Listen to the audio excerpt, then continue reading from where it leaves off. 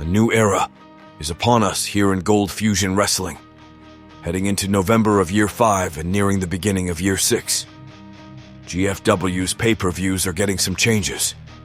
So, starting with the next pay-per-view, coming in a few days, Battlezone will be replaced by Survival of the Fittest, which is a returning name of the past.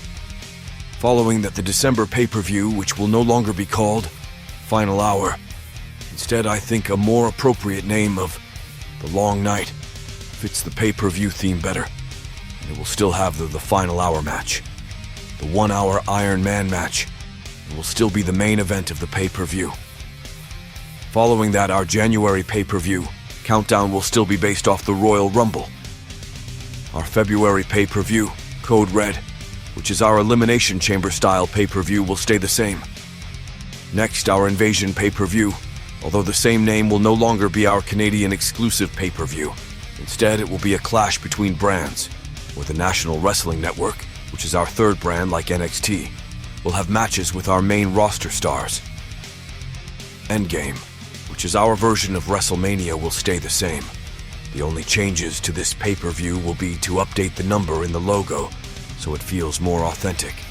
After the biggest show, our May pay-per-view Civil War will return for the second year. It will still roughly be based off of No Mercy and Extreme Rules.